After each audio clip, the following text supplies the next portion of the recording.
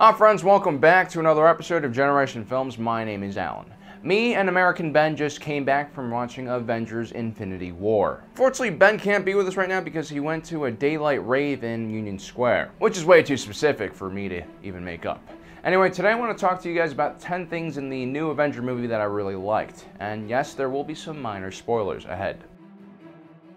Coming off of our last video where Ben broke down the 5 worst things Thanos did, you might have went into the movie expecting the comic book version of Thanos, who is a psychopath and in love with the very embodiment of death, and turned the Hulk into a pet dog and then fed Captain America to him. And well, Thanos is very much that same crazy psychopath. And the movie does a terrific job portraying the power behind this purple giant. His lack of vulnerability fills the audience with fear, and when he finally shows a slither of weakness, it's all that more impressive and gives him a surprising amount of depth.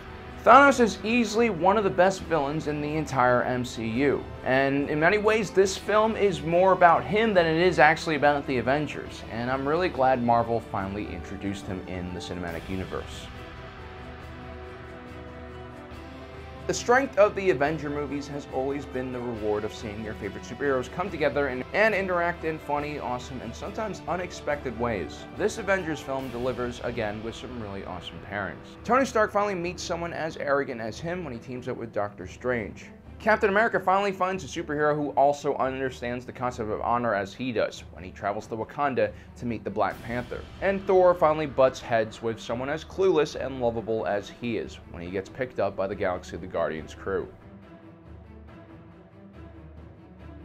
The movie did a great job at restraining itself. There were some really great epic moments that they could have really milked from a cinematic standpoint, like in the last Avenger films.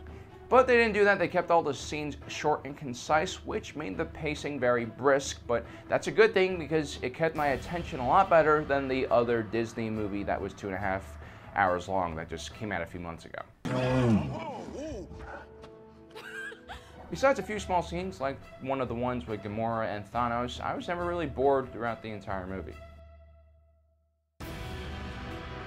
This film felt truly epic in size and importance. It felt much larger than the previous Avengers movies, and the stakes felt much higher as well. This time we get to visit several different planets, and it truly felt like the events in the movie were going to affect the entire galaxy, not just one small corner of it. And as our heroes and villains traveled from one planet to another, despite all of the different locations and motives, it all somehow tied back together. As massive as the story was, it never seemed to fall apart or get out of control, and it was still relatively easy to follow. And during this whole time, despite the fact that there were so many different stars and characters involved, no one ever really broke the rules from their own cinematic universe. Despite the fact that every Avenger and superhero was there to service a larger story, that story never forced them to not be themselves. But at the same time, their identities never really restricted the narrative either. It all just seemed to work. Which is why the film overall was enjoyable for new fans and old fans alike. Whenever an old character reappeared on screen, it felt like we picked off right where they ended last time in their last film. It made me glad that I watched all the other Marvel movies, and it was cool knowing that the Marvel Universe still went on in between the movies and that all of our favorite characters have been off doing their own little things. It just made the universe feel that much more real.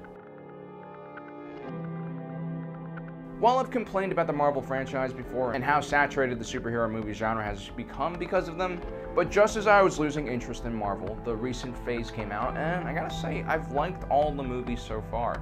I loved Thor Ragnarok and the Black Panther because I felt like the Marvel formula had continued to evolve. The humor had become more offbeat, the editing style more indie, and the characters more realistic. The same could be said about the Avengers series. While the first two mainly relied on the gimmick of seeing all of your favorite superheroes interacting with each other, this one did that and then introduced a very exciting new villain who kind of just gels everything together and makes it work. This movie had more deaths in it than the Expendables, which is kind of surprising for a Marvel movie. Obviously, it's only part 1 of Infinity Wars and no one ever really dies in a Disney movie franchise, but the fact that people were dying left and right, including a lot of main characters, kind of made everything feel a lot more tense. There's a feeling that no character was too great or too plot essential to be killed off in this movie. And it's a good thing that this movie's unpredictable, especially if your franchise has released almost 20 movies in the last 10 years. The thing that me and Ben were most impressed with was the fact that Marvel was somehow able to rein in the largest ensemble cast ever created, with dozens of powerful leading characters that have their own movies and franchises, and somehow make it all work. Ensemble movies seem to rarely work outside the Marvel universe. There's just too much star power or ego, and then you have all the individual backstories, but somehow, once again, Marvel managed to make it work. They took long-term planning to the next level. Well guys, that's all we have for you today. Let me know in the comments section below what you guys thought about the new Avengers movie. Did you like it or did you hate it? Well, don't forget to subscribe and like us on Facebook, and as usual, life is a movie and you are a protagonist.